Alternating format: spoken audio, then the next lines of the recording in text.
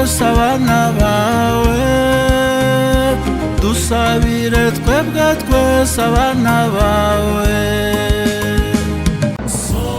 Nyinshi muri izi modoka ubona mu mihanda ba nyirazo buriya bararira ngo abashoferi bazitwara bakoresha nabi essence na mazutu, abandi bakayiba, abandi bakandikirwa kurenza umuvuduko hafi buri munsi.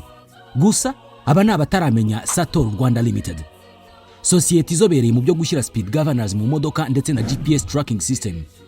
Nk'aho ibyo bitari bihagije, Sator Rwanda Limited ishyira mu modoka yawe ikoranabuhanga rituma uyigenzura aho uri hose.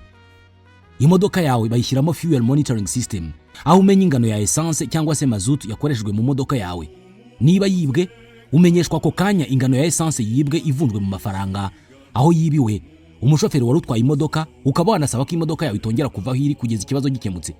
Vehicle movement control ikwereka aho imodoka yawe iherereye igihe icyo ari cyo cyose.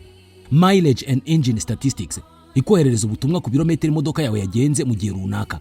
Iri ni ikoranabuhanga rinakumenyesha igihe cyo kujyana imodoka muri control technique, igihe cyo kumenesha amavuta n'ibindi. Hari kandi driving behavior analysis ikwereka uko umushoferi wawe arimo kwitwara mu muhanda.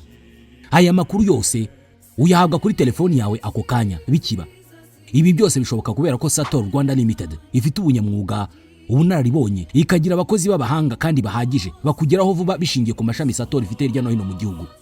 Hamagara cyangwa wandikire Sator Rwanda Limited kuri 07 81 13 81 55.